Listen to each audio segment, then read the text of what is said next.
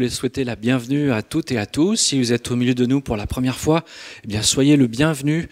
On espère que voilà, vous vous faites du bien et que vous ferez encore du bien jusqu'à la fin de ce culte. On veut aussi accueillir nos bien-aimés qui nous suivent par Internet. Que Dieu les bénisse là où ils se trouvent et que Dieu leur fasse du bien s'ils ont peut-être voilà, des raisons particulières pour ne pas être au milieu de nous. Parfois, ça peut être la santé. On va pouvoir maintenant partager la parole de Dieu. Qui, au milieu de nous, a un GPS? Ah, vous n'êtes pas si nombreux que ça. Hein. Pourtant, est-ce que vous avez un smartphone? Si vous avez un smartphone, vous avez un GPS, c'est obligé. Voilà. Le GPS, c'est une technologie qui a longtemps été moquée parce que ça a donné lieu à toutes sortes d'histoires, de gens qui ont suivi les instructions du GPS puis qui se sont retrouvés perdus parce que, comme toute technologie, ça a besoin d'évoluer. Mais je crois qu'avec le temps et maintenant, aujourd'hui, plus que jamais, le GPS, c'est une technologie qui fonctionne bien et dont on peut avoir l'utilité au quotidien. Plusieurs fois, il m'est arrivé d'avoir mis le GPS, mais de ne pas écouter ce qu'il me disait. Et des fois, avec ma femme, on rigole, on dit, imagine si le GPS, il pouvait te parler et te dire, mais quand est-ce que tu vas écouter ce que je te dis? Parce que des fois, on le met, mais on ne l'écoute pas et on continue à faire, parce qu'on connaît la route dans notre tête et on dit, c'est comme ça qu'il faut faire. Mais plusieurs fois, j'ai vraiment regretté de ne pas avoir écouté mon GPS, surtout quand j'étais en région parisienne. Parce que je me dis, mais pourquoi il veut me faire passer par là? La route n'avait pas de sens dans ma tête. Je lui dis, je ne vais pas faire ce qu'il veut, je vais quand même passer par où j'ai l'habitude de passer. Sauf que, à chaque fois, je me suis retrouvé dans les bouchons. À chaque fois, en fait, le GPS, lui, il connaît la route. Il connaît l'état de la route, il connaît l'état de la circulation, il sait s'il y a un accident, il sait tout ça. Et il cherche à m'indiquer le chemin le plus rapide, combien même parfois ce chemin n'a pas de sens pour moi, combien même parfois je me dis, c'est plus direct par là, mais lui, il sait ce qu'il faut faire. Maintenant, souvent, je mets mon GPS, même si je connais la route, parce qu'on ne sait jamais, des fois il peut y avoir quelque chose que je ne sais pas. Il peut y avoir un bouchon, il peut y avoir un accident, il peut y avoir quelque chose qui fait que la route que j'ai l'habitude de prendre n'est pas la meilleure option. Et mon GPS, il va savoir mieux que moi me dire par où je dois passer si je veux éviter de perdre mon temps dans les bouchons. En comparaison de ce confort que nous apporte le GPS dans notre vie, alors peut-être vous n'êtes pas tous adeptes du GPS, si vous n'avez pas de voiture, vous vous dites bon, il me parle de quelque chose qui ne m'intéresse pas vraiment. Mais quand on réfléchit à la chance qu'on a aujourd'hui grâce à cette technologie et le décalage qu'il peut y avoir avec les gens du passé, aujourd'hui, nous, on voyage facilement, on a des moyens de se déplacer faciles. Voyager, il y a plusieurs siècles, c'était toute une autre aventure, n'est-ce pas? On savait quand on partait, mais on ne savait pas quand on arrivait. On ne savait pas si on allait arriver déjà, et on ne savait pas avec certitude toujours le chemin par lequel on devait passer. Parfois c'était comme une aventure, parce qu'on n'avait jamais pris cette route, même s'il y avait des cartes, ça pouvait être des cartes imprécises, et avant que les cartes vraiment soient répandues, ce n'était pas donné à tout le monde d'avoir une carte. On peut lire dans la parole de Dieu qu'il y a des mages qui ont suivi une étoile. C'était le premier GPS peut-être, je ne sais pas. Mais en tout cas, voilà, voyager à l'époque, c'était une autre histoire qu'aujourd'hui. Il n'y avait pas de route comme on a aujourd'hui, même si les Romains ont démocratisé les routes pour faciliter le transport, etc. Mais les routes pouvaient être dangereuses. On pouvait y rencontrer toutes sortes de bandits qui pouvaient nous détrousser, nous voler, nous tuer. On a l'histoire du bon Samaritain qui est un des exemples. Voilà, il a été laissé comme pour mort sur le bord du chemin, parce que finalement, il a dû faire de mauvaises rencontres. Il y a aussi un homme très connu qui a voulu entreprendre un voyage. Bon, lui, c'était un explorateur, et voulait découvrir les Indes, mais à l'époque, il n'avait pas le GPS. Et je pense que s'il avait eu un GPS, il serait arrivé au bon endroit. Sauf que, voulant découvrir les Indes, il a découvert les Amériques. C'est pour ça d'ailleurs qu'on appelle les gens d'Amérique les Indiens d'Amérique, parce qu'ils pensaient que c'était les Indes. Mais à la base, il s'est un peu trompé de route, de chemin. Le guidage par satellite, il a complètement révolutionné notre expérience même du voyage. Et qu'on aime voyager ou pas, est-ce que vous savez que nous sommes tous des voyageurs? Nous sommes tous des voyageurs. C'est l'apôtre Pierre qui nous enseigne cette vérité, qui est une vérité spirituelle. Nous sommes tous des voyageurs sur la terre. 1 Pierre 2,11 nous dit « Bien-aimés, je vous exhorte comme étrangers et voyageurs sur la terre à vous abstenir des convoitises charnelles qui font la guerre à l'âme. » Ce que Pierre nous dit, c'est que la vie est un voyage. La vie est un voyage. Est-ce que vous aviez déjà envisagé votre existence, votre vie, sous l'aspect du voyage ? Un voyage, c'est quelque chose qui a un début, qui a une fin, qui n'est pas amené à durer éternellement. Et c'est pour ça que Pierre nous dit la vie est un voyage, parce qu'effectivement notre vie a un début et une fin sur cette terre, mais que le vrai sens de la vie, il est au-delà de cette vie sur la terre. C'est la vie éternelle. Mais en attendant d'arriver dans cette condition qu'est la vie éternelle, eh bien, nous sommes en voyage sur cette terre. C'est quelque chose de temporaire, pas quelque chose dans lequel nous devons nous installer définitivement. Mais alors, si la vie est un voyage, il y a certaines considérations à prendre en compte. Des bonnes questions à se poser. Quelle est la destination de mon voyage ? Comment est-ce que je vais me rendre à cette destination ? Est-ce qu'il y a des chemins que je dois éviter ? Et comment m'y rendre de la meilleure manière pour être sûr d'arriver à bon port ? Ce sont des questions qu'on se pose tous quand on voyage. On va pas, effectivement, si je dois aller à Marseille, je ne vais pas passer par Lille, ça n'a pas de sens. À un moment donné, il faut se poser ces questions. Dans la vie, alors que nous sommes des voyageurs, on utilise tous des guides, des GPS entre guillemets. On peut se laisser guider par nos émotions, on peut se laisser guider par notre intelligence, on peut se laisser guider par notre instinct, par nos idéaux, par nos désirs, par nos passions. Il y a toutes sortes de choses. Parfois, c'est toutes ces choses en même temps qui nous guident et qui nous dirigent au quotidien vers la finalité de notre voyage. Mais j'ai une bonne nouvelle.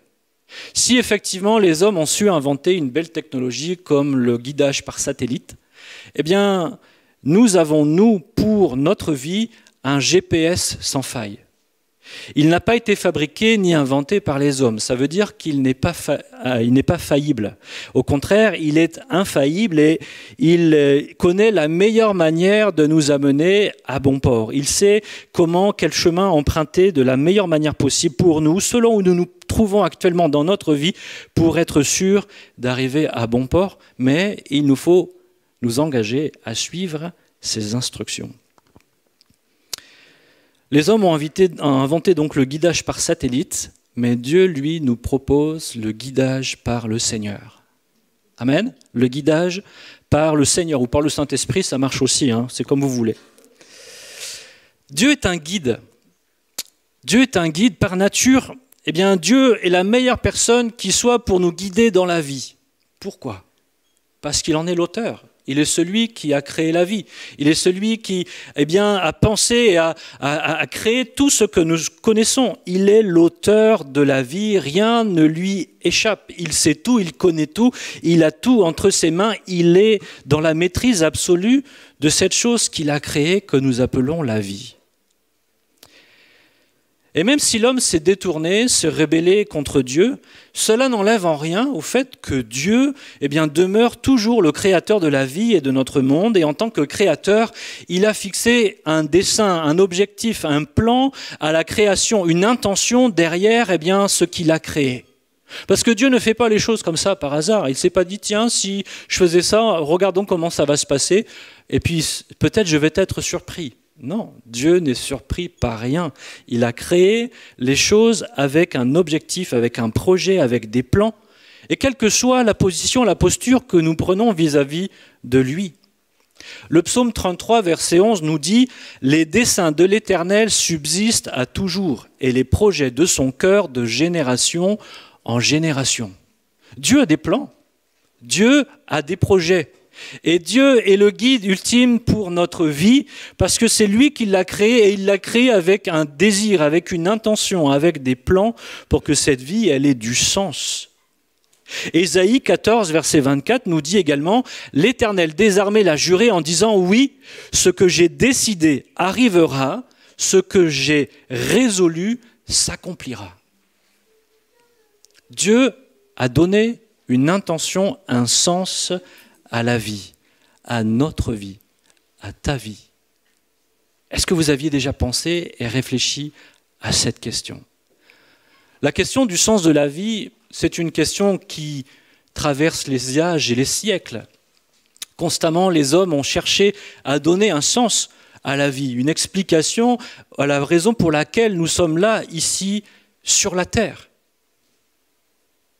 Et pourtant, Dieu n'a jamais caché son plan, n'a jamais caché ses desseins, ses désirs pour nous, pour l'humanité.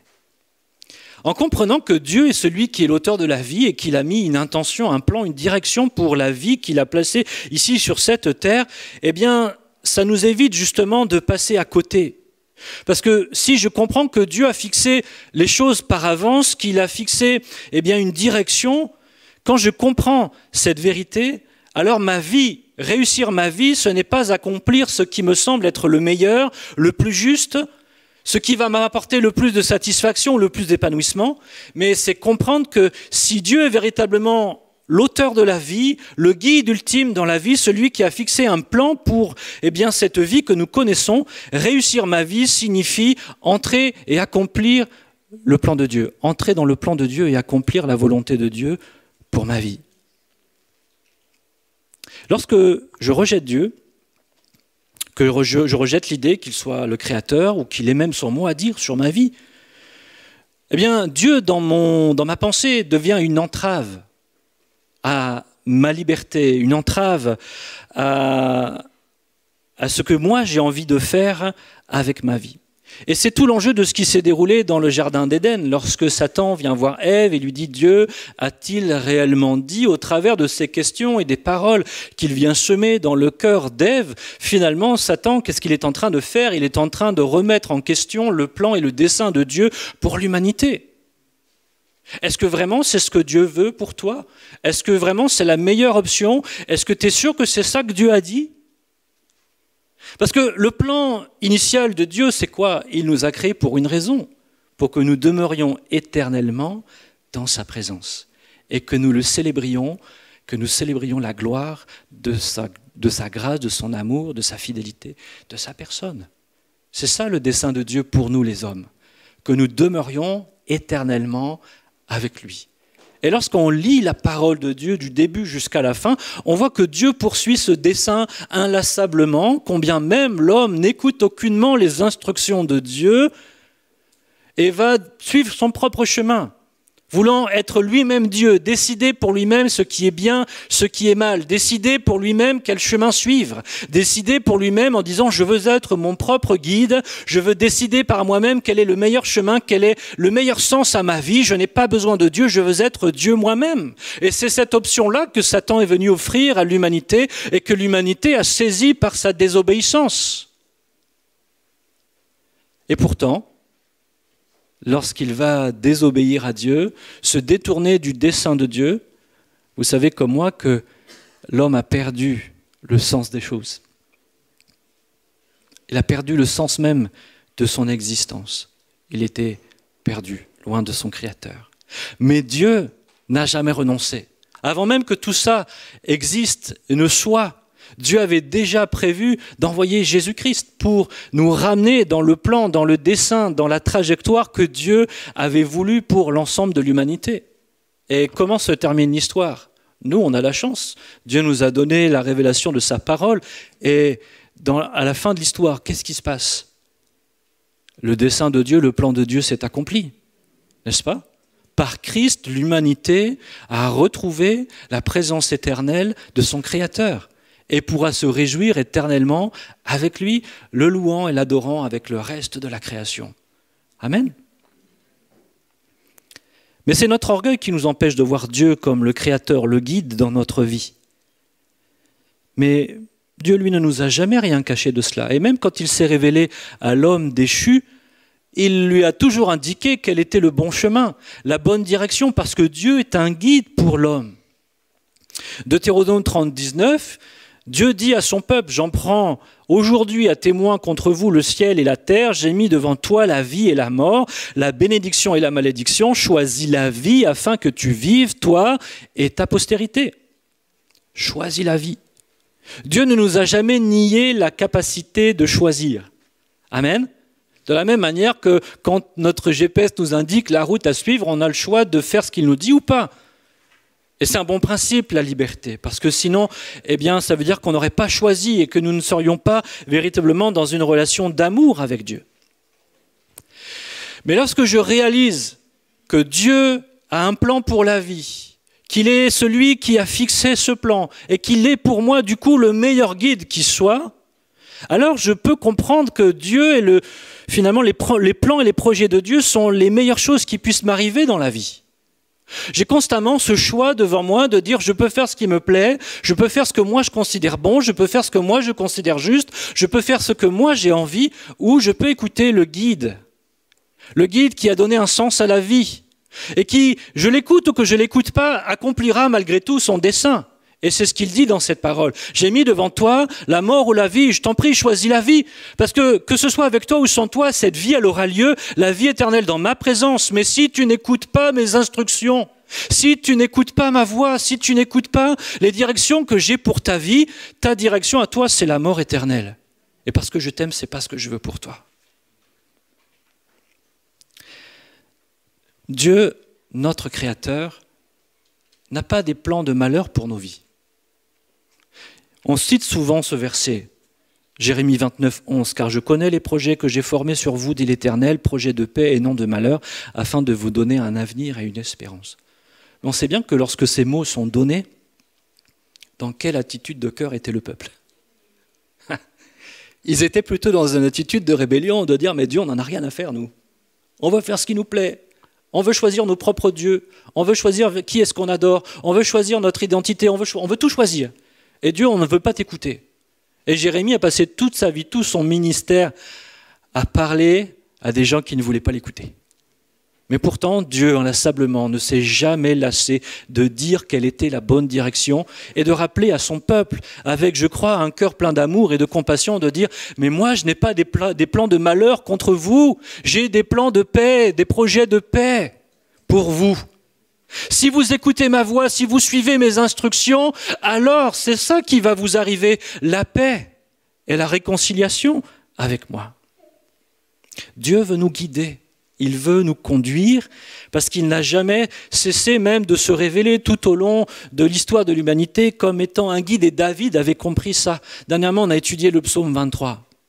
Dans le psaume 23, les mots que David emploie, ce sont des mots de guidage, de conduite, de direction. L'Éternel est mon berger, je ne manquerai de rien.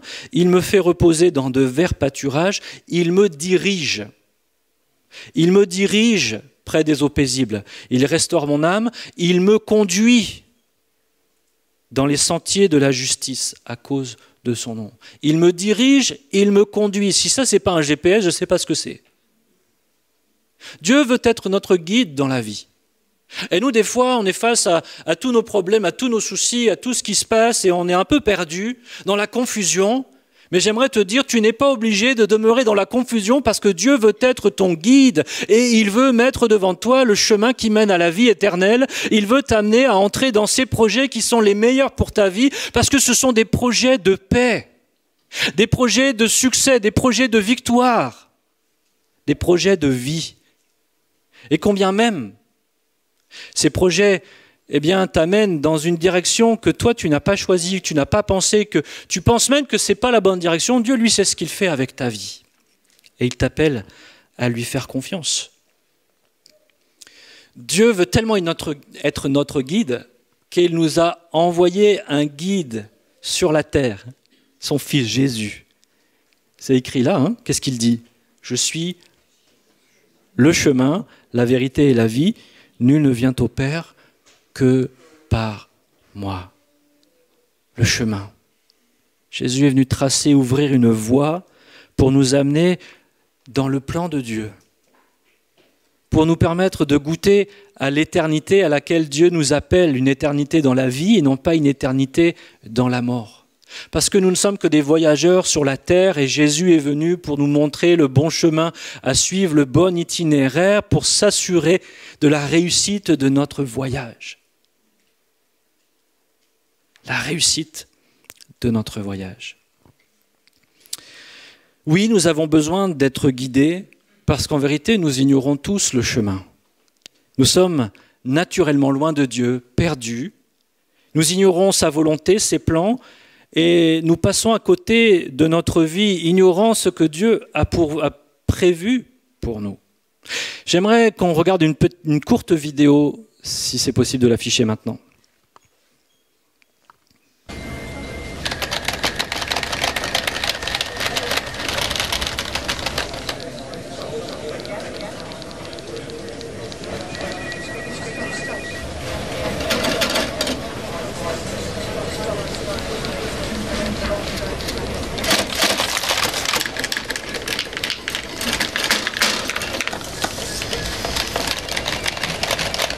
Qu'est-ce que nous apprend cette vidéo? Exactement, il n'a pas lu le mode d'emploi. Il a cru qu'un lecteur CD, ça pouvait être un porte-gobelet. Mais un lecteur CD, c'est fait pour lire des CD, c'est pas fait pour porter un gobelet, n'est-ce pas? Et parfois, nous, dans la vie, on est comme ça. C'est qu'on pense qu'une chose doit se passer comme ça, et puis, face à un échec, face à une situation terrible, on se dit, moi, j'ai rien compris. J'ai rien compris. Proverbe 14, 12 nous dit, « Telle voie paraît droite à un homme, mais son issue, c'est la voie de la mort. Telle voie paraît droite à un homme, mais son issue, c'est la voie de la mort. » Nous, on est assez présomptueux.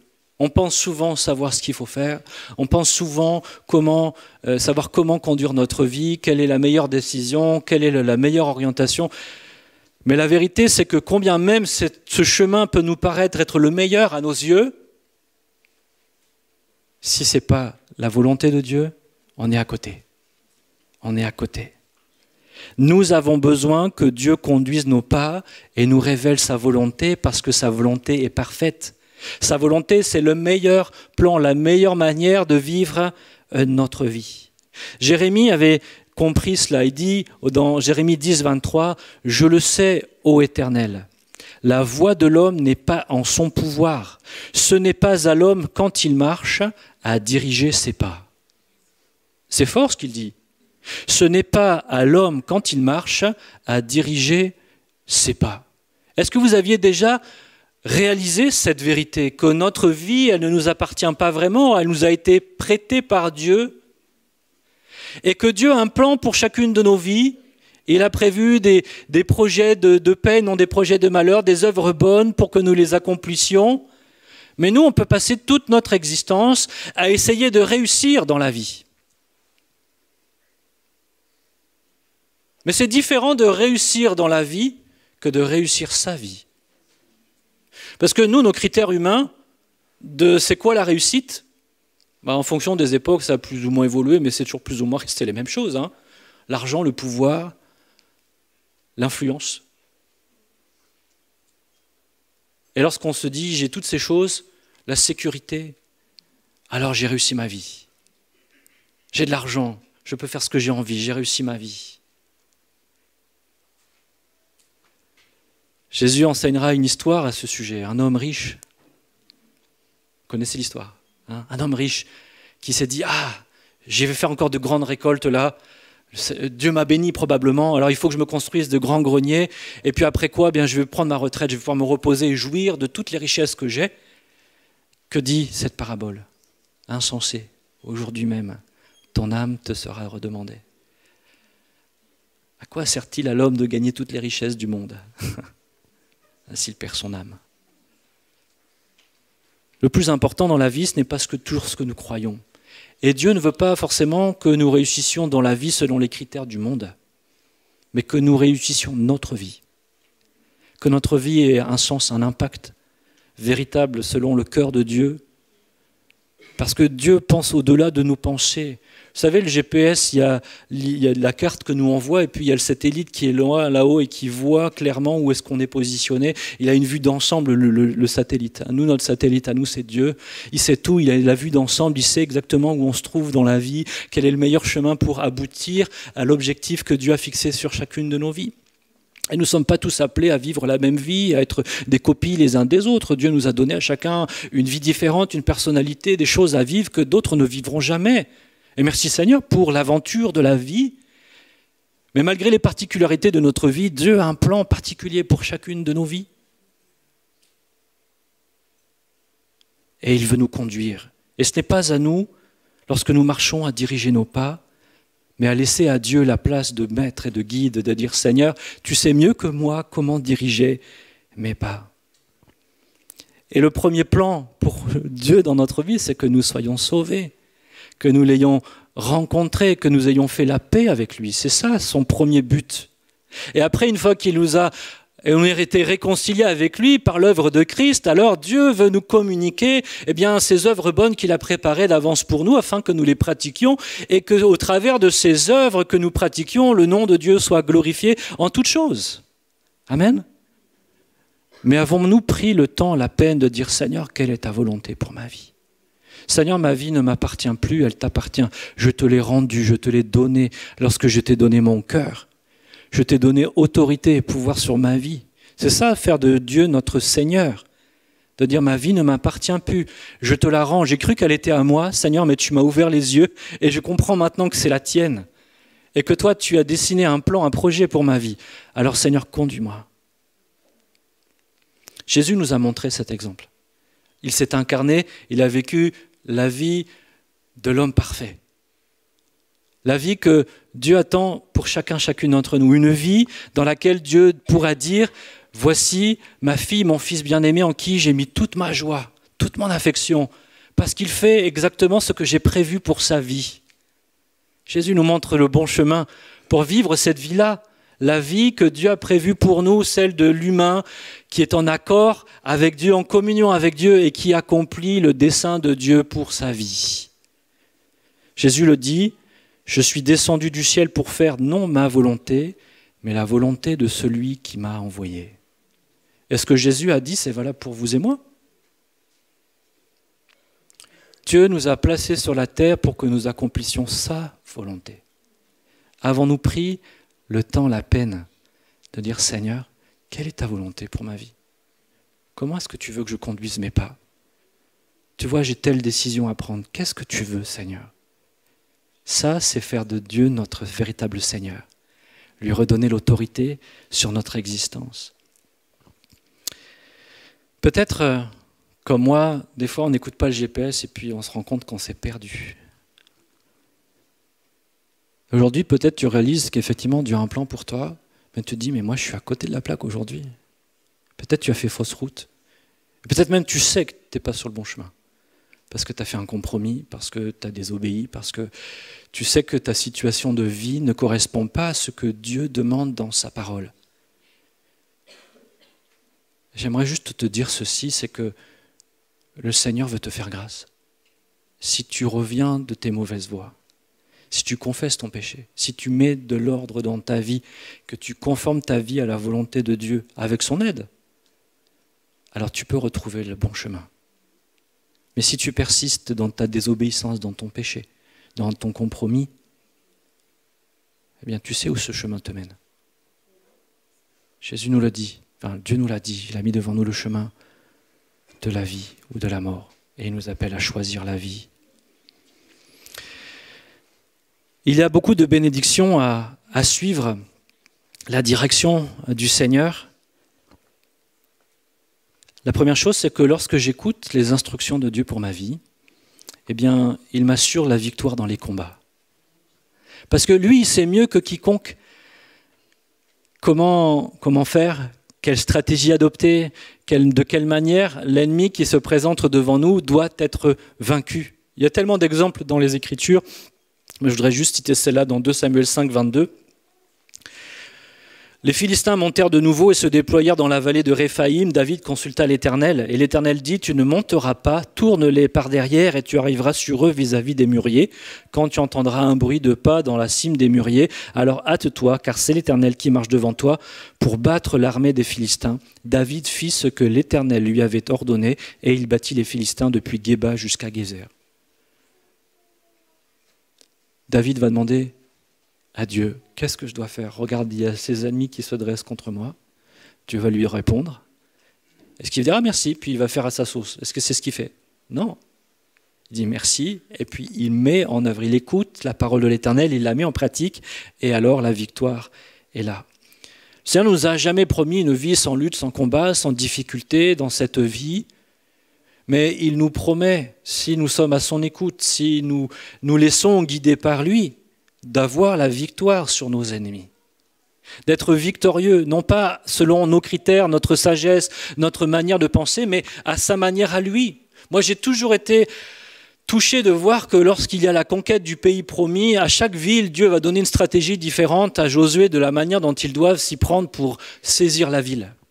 Et parfois, dans nos vies, on va subir toutes sortes de situations différentes et on a besoin de toute la sagesse de Dieu pour nous aider à comprendre de quelle manière obtenir la victoire dans nos combats, dans nos luttes.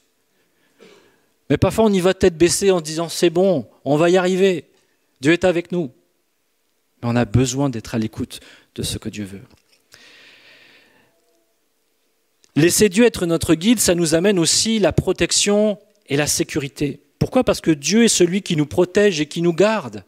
À un moment donné, Hérode, lorsqu'il a appris qu'il y avait un bébé spécial qui était là, le roi des Juifs, qu'est-ce qu'il a fait? Il a voulu tuer tous les enfants, n'est-ce pas? Tous les garçons d'un certain âge.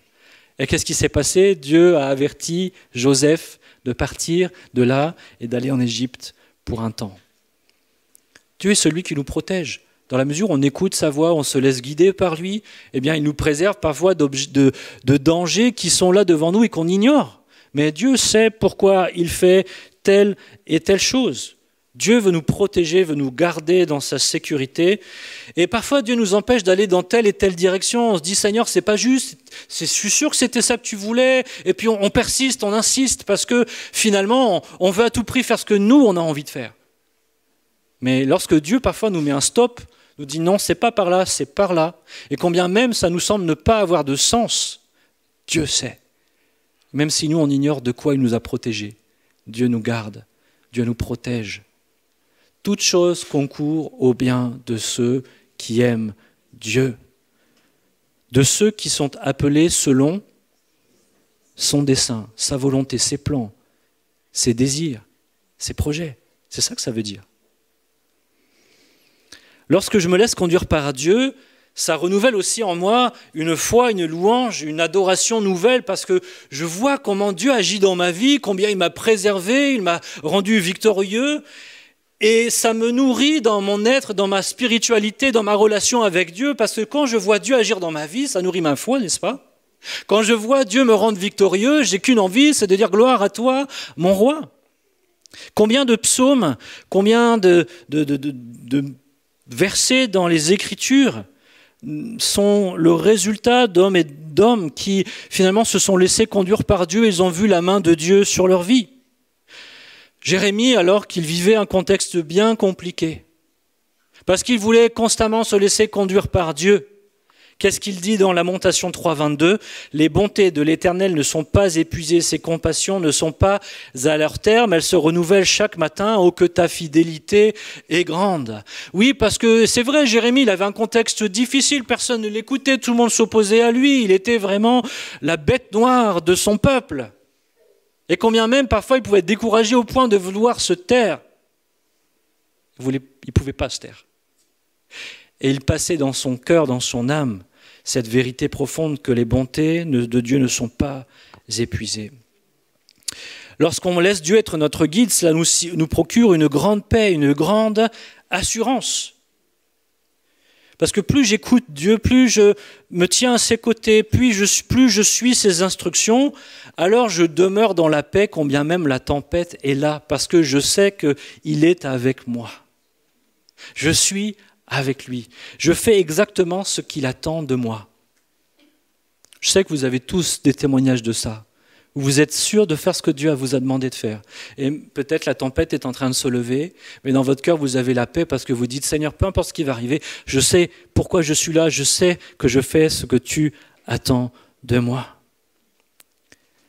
Paul avait compris cela, Romains 8, 31. Si Dieu est pour nous, qui sera contre nous?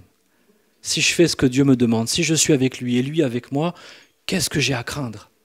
Le Créateur de toutes choses est là avec moi. Celui qui a toute autorité, tout pouvoir, toute puissance, il est là avec moi dans cette situation et il combat avec moi.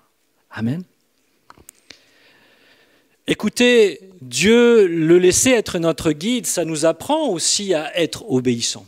C'est comme ça, je crois, qu'on apprend l'obéissance, en apprenant à suivre les instructions de Dieu, les directives de Dieu pour notre vie. Ce n'est pas toujours facile, c'est vrai. Mais celui qui le fait, il apprend l'obéissance et sa foi est vraiment nourrie. Abraham, Dieu va le voir et lui dit, écoute, quitte ta patrie, quitte ta maison et suis le chemin que je te dirai au fur et à mesure. Je ne te dis pas encore où est-ce que tu dois aller, mais fais-moi confiance, jour après jour, d'étape en étape, je vais savoir te guider. Pas facile ça, c'est un drôle de GPS. Tu me dis de partir de chez moi, mais tu ne me dis pas où je dois aller. Bizarre ça. Mais ça, c'est le GPS de Dieu. Il nous dit juste, fais-moi confiance. Je suis là, je sais où je t'amène. Il a fait confiance à la promesse de Dieu et il n'a pas été déçu. Quand Pierre va écouter les instructions de Jésus et qu'il a obéi, est-ce que ce n'est pas à ce moment-là qu'il va expérimenter le miracle de Dieu en marchant sur les eaux?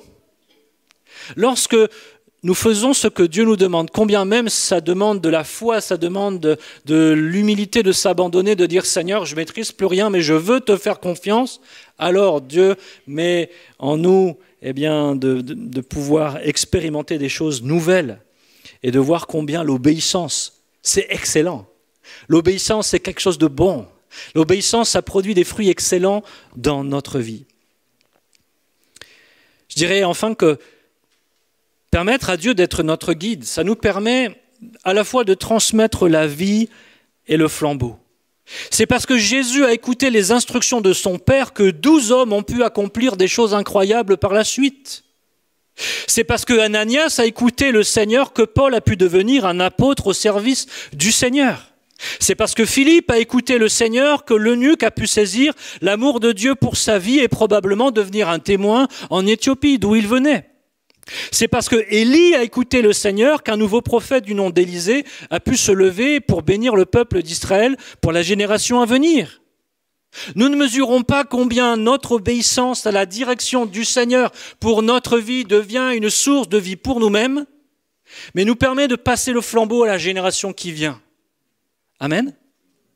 Et Dieu nous appelle à être des hommes, des femmes d'obéissance, de celles et de ceux à qui il va pouvoir communiquer sa vie, parce que sa parole est source de vie en nous. Et lorsque nous mettons en pratique ces paroles, ces instructions, non seulement nous sommes le récipient de la vie de Dieu, mais nous transmettons cette vie à la génération qui vient et à ceux qui nous entourent. C'est pas seulement pour nous que nous devons nous laisser guider par Dieu, mais pour la génération qui vient, parce que nous sommes, ceux qui le regardent. Et s'ils voient notre vie être conduite par Dieu, avoir le sens que Dieu veut donner à notre vie, alors eux aussi diront, Seigneur, conduis ma vie. Parce que je veux suivre le modèle de ceux que tu as placés avant moi. Ils m'ont transmis un flambeau. Et je veux à mon tour pouvoir le transmettre à quelqu'un d'autre. Comment Dieu nous guide? Job dira, Dieu parle cependant tantôt d'une manière, tantôt d'une autre, et l'on y prend point garde. Je crois qu'il n'y a pas 50 000 manières par lesquelles Dieu nous conduit. C'est vrai, il y a le témoignage intérieur du Saint-Esprit, bien sûr, mais avant toute chose, Dieu nous parle par sa parole. Alléluia, sa parole. Vous voulez un guide dans la vie? Vous prenez la Bible et vous avez ce guide. Dieu a laissé ses instructions, sa révélation à l'humanité pour que nous puissions conduire notre vie d'une manière qui convienne à sa volonté, à ses plans, à ses desseins, parce qu'au travers de sa parole, Dieu nous révèle son plan, ses projets, ses desseins pour l'humanité et pour notre vie. Psaume 119, 105, on le connaît bien ce verset. Ta parole est une lampe à mes pieds et une lumière sur mon sentier. Quand on réfléchit bien, la parole de Dieu, ce n'est pas un projecteur qui éclaire à 10 km. C'est une lampe à nos pieds. Elle éclaire notre chemin. Ça veut dire que pas après pas, étape après étape. C'est suffisant, un pas à la fois. À quoi me sert-il de savoir qu'est-ce qui va se passer dans 10 ans si je loupe ce qui se passe demain? L'important, c'est aujourd'hui, de dire, Seigneur, je veux que tu conduises mes pas aujourd'hui et je veux me laisser conduire par ta parole, étape par étape. Psaume 43, verset 3, « Envoie ta lumière et ta fidélité, qu'elle me guide, qu'elle me conduise à ta montagne sainte et à tes demeures. » Dieu nous a donné sa parole, mais nous a aussi donné le Saint-Esprit qui prend ce qui vient de Dieu, nous le révèle et nous permet de le mettre en pratique de la bonne manière. Jésus nous dira qu'il nous conduit dans la vérité. Jean 16, 13, quand le Consolateur sera venu, l'Esprit de vérité, il vous conduira dans toute la vérité. Il n'est pas seulement celui qui révèle la parole de Dieu et qui nous aide à en capter le sens, mais il nous donne aussi la capacité de comprendre comment le mettre en pratique clairement dans chaque situation. Souvent l'exemple que je prends, c'est on sait qu'il faut aimer notre prochain. Mais chaque prochain est différent. Comment je peux aimer Paul, comment je peux aimer Jacques? Et ce n'est pas les mêmes. Et le Saint-Esprit va m'aider à comprendre, à discerner comment témoigner un véritable amour pour tel frère, pour telle sœur, pour telle personne, parce que chacun connaissez ça les langages de l'amour, on a chacun un langage de l'amour différent. Certains vont se sentir aimés avec un beau compliment, d'autres avec un cadeau, d'autres avec un service rendu, etc., etc. On a chacun un langage particulier dans lequel on se sent aimé. N'est-ce pas? Et ça, c'est ça que le Saint-Esprit peut nous... C'est ça une belle image pour nous comprendre comment le Saint-Esprit nous conduit dans la vérité. C'est qu'il nous aide à discerner, tiens, lui, c'est plus les cadeaux qu'il va aimer. Lui, c'est plus un compliment ou un service rendu ou une accolade ou peu importe. Discerner comment aimer. Et ça, dire Seigneur, aide-moi à vraiment aimer mon prochain. Parce que des fois, on se contente de vérité générale, vous savez. Mais le Saint-Esprit ne veut pas juste qu'on ait une vérité générale dont on ne sait pas trop quoi faire, ni même comment l'appliquer. Le Saint-Esprit veut prendre ce qui est dans la parole de Dieu et nous le mettre en lumière afin que nous comprenions comment le mettre en pratique concrètement dans notre quotidien avec les gens qui sont autour de nous, afin que nous accomplissions pleinement cette parole d'aimer Dieu de tout notre cœur, de toute notre pensée, de tout notre être et d'aimer notre prochain comme nous-mêmes. On a besoin du Saint-Esprit. La parole de Dieu et le Saint-Esprit sont les moyens par lesquels Dieu nous parle. Et lorsque Dieu parle par le Saint-Esprit au milieu de nous, quand il donne un don pour l'édification du corps de Christ, qu'est-ce qu'il nous demande la parole? De s'assurer que c'est en lien avec la parole de Dieu. Les deux fonctionnent toujours ensemble. On ne peut pas juste dire « Ah, le Saint-Esprit m'a dit », alors que la parole de Dieu, elle dit autre chose. Parce que l'outil principal du Saint-Esprit, c'est quoi? La parole. La parole de Dieu, c'est l'épée du Saint-Esprit. C'est avec ça qu'il travaille. C'est avec ça qu'il nous aide à discerner ce qui est bien, ce qui est mal, ce qui est juste, de ce qui ne l'est pas, de ce qui est de la chair, de ce qui est de l'esprit. Ça nous aide à vraiment séparer, à mettre une frontière claire entre ce qui est bon, ce qui n'est pas bon, entre ce qui est de ma volonté, de ce qui est de la volonté de Dieu, entre ce qui est de mes plans et de ce qui est du plan et du saint dessein de Dieu pour ma vie. Dieu veut nous conduire. Amen. Je vais arrêter avec ce dernier point, c'est comment est-ce que je fais pour bénéficier de la conduite de Dieu dans ma vie? Dieu va être mon guide, il nous a donné sa parole, il a mis en nous son esprit pour que les deux fonctionnent ensemble et me permettent de recevoir les instructions que Dieu veut. Jésus même nous enseigne lorsqu'il prie que ta volonté soit faite. Il oriente notre manière de vivre en tant que disciple à suivre ce chemin qu'il a initié pour nous, de vraiment comprendre que notre vie appartient à Dieu et que Dieu a un plan pour notre vie et qu'il nous faut chercher cette volonté pour l'accomplir parfaitement. Et donc que nous avons besoin de la conduite de Dieu au quotidien. Mais comment vraiment être conduit par Dieu?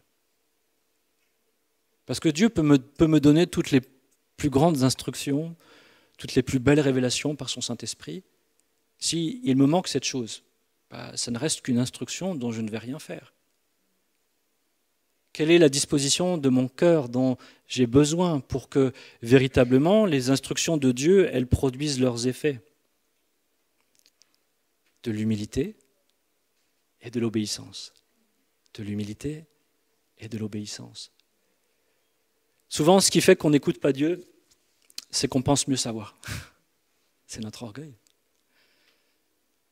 Mais Dieu nous appelle à avoir un cœur humble, de dire « Seigneur, qui suis-je devant toi ? Tu es le Créateur, tu sais mieux que moi-même comment conduire ma vie. Et je veux apprendre à te faire confiance, combien même je considère que ce que tu me demandes n'a pas de sens ou ne fait pas sens pour moi. » Et quand tu es dans cette attitude-là et l'humilité de dire « Seigneur, je ne comprends pas, mais je veux quand même le faire et je m'attends à ce que tu m'expliques quand tu le voudras. » Parce que des fois, Dieu nous place devant vraiment des choix de foi et ne nous explique pas toujours tout de suite pourquoi il faut faire telle et telle chose, mais il nous demande d'obéir. Je reprends mon exemple du GPS que je n'ai pas écouté. C'est parce que je me suis retrouvé dans les bouchons que j'ai compris pourquoi il me faisait passer par tel chemin. Je ne l'ai pas compris tout de suite. C'est là où on a toute la grâce de Dieu. C'est qu'on apprend aussi l'obéissance face à nos échecs. Où on se dit, Seigneur, j'aurais mieux fait d'écouter ce que tu m'as dit. Et où on dit, Seigneur, ben c'est vrai, je ne t'ai pas écouté, je te demande pardon. Et je ne peux m'en prendre qu'à moi-même des conséquences du choix que j'ai fait. Mais Seigneur, je compte sur ta grâce, pardonne-moi. Et je veux apprendre à écouter ta voix, apprendre à écouter ce que ta parole m'enseigne. Et une attitude d'humilité, elle nous poussera toujours à faire cette prière que David a faite dans le psaume 25, verset 4. « Éternel, fais-moi connaître tes voies, enseigne-moi tes sentiers. » Un cœur humble, un cœur qui laisse la place que Dieu doit avoir dans sa vie. Il est dans cette attitude constante de dire « Seigneur, moi je ne sais rien par moi-même, enseigne-moi tes sentiers, fais-moi comprendre quels sont tes plans, je veux connaître ta volonté. Conduis-moi dans ta vérité et instruis-moi. Car tu es le Dieu de mon salut, tu es toujours mon espérance. » C'est important les mots que David dit ici. Car tu es le Dieu de mon salut. Dieu n'est pas un père fouettard qui veut des mauvaises choses pour nous. Dieu est le Créateur qui nous aime d'un amour infini et qui désire que nous puissions demeurer éternellement dans sa présence. Que nous soyons conduits et remplis de son esprit afin que nous puissions donner gloire à son nom et demeurer constamment en communion avec lui. C'est ça ses plans. Alors, si on suit ses instructions, si on se laisse conduire dans la vérité, si on se laisse instruire, alors, eh bien, on peut vérifier combien ce plan que Dieu a pour notre vie, il est excellent. Les Écritures sont pleines d'exemples d'hommes et de femmes, certains qui ont écouté, d'autres qui n'ont pas écouté, qui se sont rebellés, qui ont refusé de faire de Dieu leur guide. Et ces témoignages, ils nous sont donnés pour notre instruction, pour nous permettre de réaliser que celui qui laisse Dieu être son guide, celui qui se laisse conduire selon la volonté parfaite de Dieu, il réussira sa vie. Comme l'apôtre Paul, que nous puissions dire « J'ai achevé la course, j'ai mené le bon combat. J'arrive au bout de ma course, de mon voyage, mais je sais où je vais maintenant. J'ai de l'assurance dans mon cœur. » J'aimerais terminer avec ce dernier verset. C'est un verset que Dieu m'a donné alors que j'étais un jeune adolescent et qui, je sais que pour d'autres c'est le cas aussi, c'est un verset vraiment clé pour ma vie. Et j'aimerais vous le laisser, c'est le psaume 32, verset 8. C'est une promesse que Dieu nous fait à chacun d'entre nous. « Je t'instruirai, je te montrerai la voie que tu dois suivre, je te conseillerai, j'aurai le regard sur toi. » Est-ce que ça, ce n'est pas la parole d'un Dieu merveilleux qui veut nous guider, nous enseigner les voies, ses voies, pour que nous les suivions, sa volonté, pour que nous la pratiquions? Je te conseillerai, j'aurai le regard sur toi. Mon frère, ma sœur, Dieu fait attention à ta vie, à chaque détail de ta vie. Il connaît le nombre de tes cheveux. Il sait tout de toi. Il sait le début de ta vie jusqu'à sa fin. Et constamment, dans sa grâce, il t'invite à suivre ses instructions pour qu'à la fin de ta vie, tu puisses dire « J'ai réussi ma vie. J'ai réussi ma vie. Je sais où je vais. J'ai fait la paix avec Dieu il y a longtemps et je ne regrette pas d'avoir suivi chacune de ses instructions. » Prions ensemble. Père, merci pour ta parole. Ta parole qui nous rappelle que tu veux être notre guide. Ta parole qui nous rappelle que tu veux nous conduire chaque jour de notre vie. Ta parole qui nous montre que tu es celui qui veut nous conseiller, nous diriger, nous montrer le bon chemin. et tu l'as fait parfaitement en Christ. Et chaque jour encore, jusqu'à la fin de notre existence, combien même, Seigneur, le monde s'affole, parce qu'il cherche un sens à cette existence. Mais toi, Seigneur, tu donnes sens à notre vie. Tu donnes sens à notre vie. Et je prie que chacun d'entre nous ici, dans ce lieu, tous ceux qui pourront écouter cette parole par Internet, fassent le choix aujourd'hui de dire: Dieu, sois mon guide, conduis mes pas, instruis-moi, fais-moi connaître ta volonté afin que je la mette en pratique. Merci pour ton Saint-Esprit que tu as mis en nous, qui est un esprit d'obéissance, un esprit de force qui nous donne la capacité de faire ce que tu nous demandes. Seigneur, ta volonté est bonne, elle est parfaite. Et permets-nous vraiment, Seigneur, d'être à ton écoute et de suivre chacune de tes instructions pour notre vie, afin, Seigneur, que nous puissions être remplis de ta vie et transmettre, Seigneur, le flambeau à la génération qui vient après nous, en étant des modèles à suivre, à imiter. Seigneur, merci pour ta parole. Ta parole est un trésor. Et combien nous voulons la chérir. Aide-nous, Seigneur, à mieux la comprendre, à savoir cette soif dans notre cœur de comprendre et de saisir quelles sont tes instructions, quelle est ta volonté pour notre vie, de ne pas avoir peur de chercher ta face dans chaque situation qui est devant nous, Seigneur. Parce que tu es celui qui répond aux prières, tu es celui qui répond à celui qui te demande, Seigneur, d'être conduit, d'être dirigé. David, Seigneur, t'a demandé les instructions pour remporter la victoire et tu le lui as donné, Seigneur. Et il y a tant de combats, tant de luttes dans nos vies. Et combien de fois, Seigneur, nous luttons seuls et nous sommes désespérés. Mais ta parole veut nous rappeler que tu veux nous conduire dans chaque étape de nos vies, dans les moments d'accalmie comme dans les moments de combat. Tu veux nous donner tes saines instructions, ta direction, Seigneur, parce que tes plans sont parfaits. Tes plans sont les meilleurs pour nos vies.